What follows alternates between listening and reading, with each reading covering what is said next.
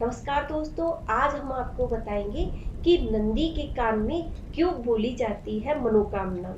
दोस्तों, भगवान शिव तपस्वी हैं और वे हमेशा समाधि में रहते हैं। ऐसे में उनकी समाधि और तपस्या में कोई विघ्न ना आए, इसलिए नंदी ही हमारी मनोकामना शिव जी तक पहुंचाते हैं। शिव जी को सावन माह बहुत ही प्रिय है। सभी भक्त सावन माह में शिवालय जरूर जाते हैं। आपने देखा होगा कि शिव मंदिर में सबसे पहले दर्शन यदि किसी के होते हैं तो वो है शिव के प्रिय गण नंदी के।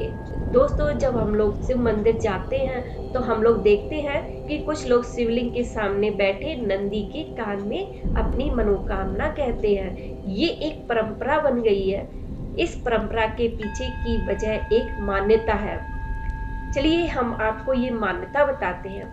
मान्यता है, जहाँ भी शिव मंदिर होता है वहाँ नंदी की स्थापना भी जरूर की जाती है, क्योंकि नंदी भगवान शिव के परम भक्त हैं। जब भी कोई व्यक्ति शिव मंदिर में आता है तो वह नंदी के कान में अपनी मनोकामना कहता है। इसके पीछे मान्यता है कि भगवान शिव तपस्वी हैं और वे हमेशा समाधि में रहते हैं। ऐसे में उनकी समाधि और तपस्या में कोई विघ्न न आए, इसलिए नंदी ही हमारी मनोकामना शिव जी तक पहुंचाते हैं। इसी मान्यता के चलते लोग नंदी के कान में अपनी मनोकामना कहते हैं। दोस्तों, क्या आपको पता है कि शिव के ही अवतार नंदी हैं? चलिए हम आपको बताते हैं। शिलाद नाम के एक मुनि थे जो ब्रह्मचारी थे।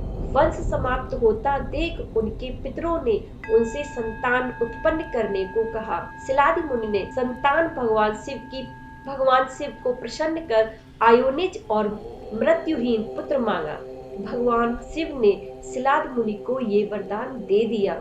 एक दिन जब शिलाद मुनि भूमि जोत रहे थे, उन्हें एक बालक मिला। शिलाद ने उसका नाम नंदी रखा। एक दिन मित्रा और वरुण नाम के दो मुनि शिलाद के आश्रम आए।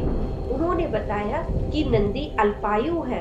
यह सुनकर नंदी महादेव की आराधना करने लगे। प्रसन्न होकर भगवान से प्रकट हुए और कहा कि तुम मेरे ही अंश हो, इसलिए तुम्हें मृत्यु से भय कैसे हो सकता है। ऐसा कहकर भगवान शिव ने नंदी को अपना गणाध्यक्ष भी बनाया। दोस्तों, आपको हमारी आज की कहानी कैसी लगी, आपको पसंद आई है तो कमेंट बॉक्स में ओम नमः शिवाय जरूर लिखिएगा।